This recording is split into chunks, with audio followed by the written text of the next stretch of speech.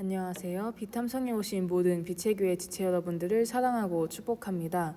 2022년 8월 30일 비탐성 함께 기도함으로 시작하겠습니다. 하나님, 오늘의 지금 이 시간을 하나님께 올려드립니다.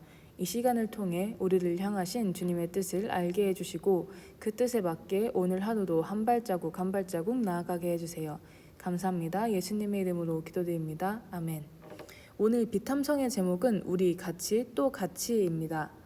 오늘 우리가 배울 비탐성의 말씀은 초대교회가 만들어지고 난 후 그 성도들의 생활에 대해 이야기한 부분입니다. 이 말씀을 통해서 하나님의 사람들인 우리, 교회인 우리가 어떻게 살아가야 하는지 알고 그것을 실천하기 원합니다. 초대교회의 모습은 어떠했을까요? 오늘의 비탐성의 말씀인 사도행전 2장 45절에서 47절의 말씀을 읽어보도록 하겠습니다. 그들은 재산과 소유물을 팔아서 모든 사람에게 필요한 대로 나누어 주었다. 그리고 날마다 한 마음으로 성전에 열심히 모이고 집집이 돌아가면서 빵을 떼며 순전한 마음으로 기쁘게 음식을 먹고 하나님을 찬양하였다. 그래서 그들은 모든 사람에게서 호감을 샀다. 주님께서는 구원받는 사람을 날마다 더하여 주셨다. 아멘. 초대교회의 모습은 서로 소유물을 팔고 나누어 주고 성전에 모이고 하나님을 찬양하며 모든 사람들에게 호감을 산 교회입니다. 참으로 이상적인 교회이죠. 이 교회는 어떠한 사람들로 이루어져 있었을까요? 바로 앞절인 사도행전 2장 44절입니다. 믿는 사람은 모두 함께 지내며 모든 것을 공동으로 소유하였다. 아멘. 초대교회는 바로 믿는 사람들로 이루어진 교회입니다. 이 믿는 사람들은 어떠한 사람들이었을까요? 이 사람들이 이루어지기 위해 사도행전에서 두 가지의 사건을 이야기해 줍니다. 이 두 가지의 사건은 바로 첫 번째 오순절 성령 강림 사건과 두 번째 베드로의 오순절 설교의 사건입니다. 각 사건을 통해 초대교회를 이루었던 믿는 사람들이 누구였는지 먼저 알아보기 원합니다. 첫 번째, 오순절에 성령님이 오신 오순절 성령 강림 사건부터 보겠습니다. 이 사건에 있던 성령을 받았던 사람들의 모습은 어떠했을까요? 사도행전 2장 4절입니다. 그들은 모두 성령으로 충만하게 되어서 성령이 시키시는 대로 각각 방언으로 말하기 시작하였다. 아멘. 바로 성령으로 충만하며 방언으로 말했던 사람입니다. 그들이 말했던 방언에 대해 성경에서는 이와 같이 이야기합니다. 사도행전 2장 6절과 11절입니다. 그런데 이런 말소리가 나니 많은 사람이 모여와서 각각 자기네 지방말로 제자들이 말하는 것을 듣고서 어리둥절하였다.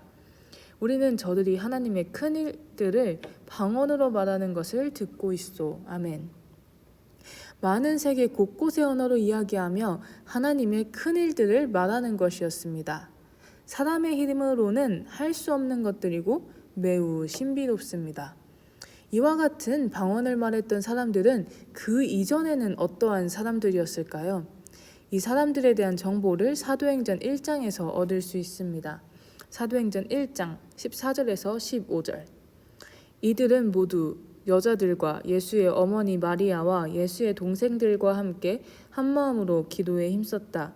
그 무렵에 신도들이 모였는데 그 수가 120명쯤이었다. 베드로가 그 신도들 가운데 일어서서 말하였다. 아멘. 120명의 사람들로 함께 한마음으로 기도에 힘썼던 사람들입니다. 사도행전 1장 21절에서 22절. 그러므로 주 예수께서 우리와 함께 지내시는 동안에 곧 요한이 침례를 주던 때로부터 예수께서 우리를 떠나 하늘로 올라가신 날까지 늘 우리와 함께 다니던 사람 가운데서 한 사람을 뽑아서 우리와 더불어 부활의 증인으로 삼아야 할 것입니다. 아멘. 그리고 이 사람들은 예수님이 계시던 시절부터 함께 있었고 또 예수님께서 하늘로 올라가셨던 것을 직접 보았던 사람들입니다. 이 사람들은 예수님과 함께 했던 사람들, 즉 예수님에 대한 믿음이 오랫동안 있었던 사람들이었습니다. 그럼 다음으로 두 번째 사건인 베드로의 오순절 설교 사건을 보겠습니다. 이 말씀을 들었던 사람들은 어떤 사람들이었을까요? 사도행전 2장 9절에서 11절입니다. 우리는 바데 사람과 메데 사람과 엘람 사람이고 메소포타미아와 유대와 갑바도기아와 본도와 아시아와 부르기아와 밤빌리아와 이집트와 구레네 근처 리비아의 여러 지역에 사는 사람이고 또 나그네로 머물고 있는 로마 사람과 유대 사람과 유대교에 개종한 사람과 크레타 사람과 아라비아 사람인데 아멘. 첫 번째, 그들은 유대인과 이방인, 즉 많은 지역에서 온 사람들이었습니다. 그리고 12절에서 13절, 사람들은 모두 놀라 어쩔 줄 몰라서 이게 도대체 어찌된 일이요 하면서 서로 말하였다. 그런데 더러는 조롱하면서 그들이 새 술에 취하였다 하고 말하는 사람도 있었다. 아멘. 그들은 또한 방언의 일을 보고 자신들의 지방 언어를 썼기에 놀랐던 사람들이었고 또 어떤 사람들은 술에 취한 것 아니냐라고 조롱하던 사람들이었습니다. 그들은 그저 보통의 사람들이고 예수 그리스도에 대한 믿음이 없었던 사람들이었죠. 그러던 중에 그들은 베드로의 오순절 설교를 듣게 되었습니다. 이 오순절 설교를 정리하면 다음과 같습니다. 첫째, 이 방언을 말한 이 사건은 술에 취한 것이 아닌 요해를 통한 하나님의 말씀의 이루어짐에 대한 사건이다. 두 번째, 예수님을 너희가 죽였다. 세 번째, 그 너희가 죽인 예수님을 하나님이 살리셨다입니다. 이를 한 구절로 정리하면 다음과 같을 것입니다. 사도행전 2장 36절입니다. 그러므로 이스라엘 온 집안은 확실히 알아두십시오. 하나님께서는 여러분이 십자가에 못 박은 이 예수를 주님과 그리스도가 되게 하셨습니다. 아멘. 이 말씀을 듣고 그들은 이와 같이 반응합니다. 37절입니다. 사람들이 이 말을 듣고 마음에 찔려서 형제들이여 우리가 어떻게 하면 좋겠습니까 하고 베드로와 다른 사도들에게 말하였다. 바로 마음이 찔려서 우리가 어떻게 하면 좋겠냐고 물어봅니다. 이에 대해 베드로는 다음과 같이 대답하죠. 38절에서 39절입니다. 베드로가 말하였다. 회개하십시오. 그리고 여러분 각 사람은 예수 그리스도의 이름으로 침례를 받고 죄 용서를 받으십시오. 그리하면 성령을 선물로 받을 것입니다. 이 약속은 여러분과 여러분의 자녀와 또 멀리 떨어져 있는 모든 사람, 곧 우리 주 하나님께서 부르시는 모든 사람에게 주신 것입니다. 아멘. 이 말들을 듣기만 한 것이 아닌 이 말들을 받아들인 사람들은 침례를 받습니다. 이렇게 침례를 받은 사람들은 성령님을 선물로 받았을 것입니다. 이 두 가지의 사건으로 이루어진 초대교회의 사람들의 예전 삶들은 매우 달랐습니다. 그러나 한 가지 공통점이 있습니다. 바로 성령님을 받았다는 것이죠. 성령님은 누구신가요? 네, 바로 하나님이십니다. 초대교회 사람들은 하나님을 만났으며 하나님을 믿고 하나님으로 인해 그들의 삶이 이루어지는 사람들, 즉 우리가 읽었던 사도행전 2장 44절의 말씀처럼 믿는 사람들입니다.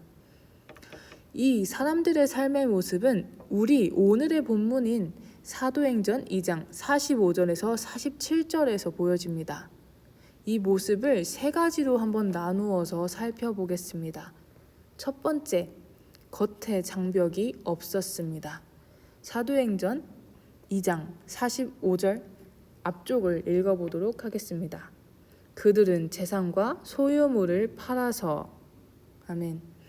그들은 자신의 재산과 소유물을 팔고 나누어 줍니다. 경제적으로 부자와 가난한 자의 장벽이 무너진 것입니다. 그리고 또한 이때 노예와 같은 신분도 있었습니다. 이러한 신분의 장벽들이 무너진 것이죠. 지금 우리가 살고 있는 이 세상에도 많은 장벽들이 있어 보입니다. 경제의 장벽, 나이의 장벽, 학벌의 장벽 등등 많은 장벽들이 있습니다. 교회는 이런 장벽이 무너지는 곳입니다. 하지만 이것에서 멈추지 않습니다. 둘째, 초대교회는 속의 장벽이 무너진 곳입니다. 45절 후반절에서부터 46절입니다. 모든 사람에게 필요한 대로 나누어 주었다. 그리고 날마다 한 마음으로 성전에 열심히 모이고 집집이 돌아가면서 빵을 떼며 순전한 마음으로 기쁘게 음식을 먹고. 아멘.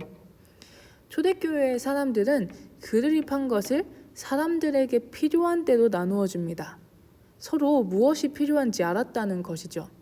또한 한 마음으로 성전에 모이고 누가 안 할 것도 없이 집집이 돌아가면서 빵을 떼었고 순전한 마음, 다른 말로 진실한 마음으로 기쁘게 음식을 먹습니다. 교회는 그저 겉으로만 모이는 곳이 아닙니다. 교회는 서로의 필요에 관심을 가지며 서로 한 마음을 가지고 기쁨으로 모이는 곳입니다. 마지막 세 번째, 초대교회의 모든 영광은 하나님께만 드려졌습니다. 47절 전반절입니다. 하나님을 찬양하였다. 아멘. 그들은 하나님을 찬양합니다. 어떠한 사람을 높이는 것이 아닙니다. 또한 우리 교회가 잘났다고 지역교회인 우리 교회를 높이는 것이 아닙니다. 교회가 찬양해야 할 분은 오직 하나님 한 분이십니다. 이런 초대교회의 결과는 어떠한가요? 사도행전 2장 47절입니다. 그래서 그들은 모든 사람에게서 호감을 샀다. 바로 모든 사람에게 호감을 샀다는 것입니다. 세상에서는 보여줄 수 없는 모습을 교회가 보여주었습니다. 많고 단단한 장벽이 없어지는 곳, 이기적인 세상 속에서 서로 한 마음이 되는 곳, 자신을 높이기를 원하는 세상 속에서 하나님만 높이는 곳, 그곳이 바로 교회입니다. 그리고 이러한 교회의 모습을 보고 세상은 변화됩니다. 한번 적용해 봤으면 좋겠습니다. 첫 번째, 내가 정말 하나님과 함께하는 사람인가를 먼저 체크하시기 바랍니다. 하나님과 정말 함께하는 사람이라면 두 번째, 교회 안에서 나의 겉의 장벽을 무너뜨리시기 바랍니다. 두 번째, 교회 안에서 나의 속의 장벽을 무너뜨리시기 바랍니다. 이 장벽들을 무너뜨리기 위해 할 수 있는 일들을 하시기 바랍니다. 그리고 그 시작으로 좋은 것이 바로 라이프팀입니다. 우리 같이 라이프팀 하면 좋겠습니다. 그리고 마지막으로 우리 교회의 영광은 어디를 향하는지 한번 체크하시기 바랍니다. 오늘의 말씀을 정리하며 한 가지 더 생각해 보기 원합니다. 사도행전 2장 47절의 후반부입니다. 그래서 그들은 모든 사람에게서 호감을 샀다. 주님께서는 구원받는 사람을 날마다 더하여 주셨다. 아멘. 논리적으로는 호감을 샀기 때문에 호감을 가진 사람들이 교회에 갔다라고 하는 게 논리적으로 맞을 것 같습니다. 그러나 교회의 일원이 되며 구원받는 사람들은 하나님이 보내주신 사람들이었습니다. 여러분과 함께 지금 교회 공동체에 있는 그 사람, 여러분 옆에 있는 그 사람은 하나님이 보내주신 사람입니다. 우리 같이, 그리고 또 같이 교회 안에서 우리와 겉과 속의 모든 장벽을 없애며 오직 하나님만 높이는 우리가 되기를 원합니다. 기도하심으로 비탐성을 마치겠습니다. 하나님, 우리의 교회가 진정으로 하나가 되며 초대교회의 모습을 회복하는 교회가 되기를 원합니다. 우리가 우리의 모습을 마주하며 하나님께서 원하시는 교회의 모습을 회복하게 해주세요. 예수님의 이름으로 기도합니다. 아멘.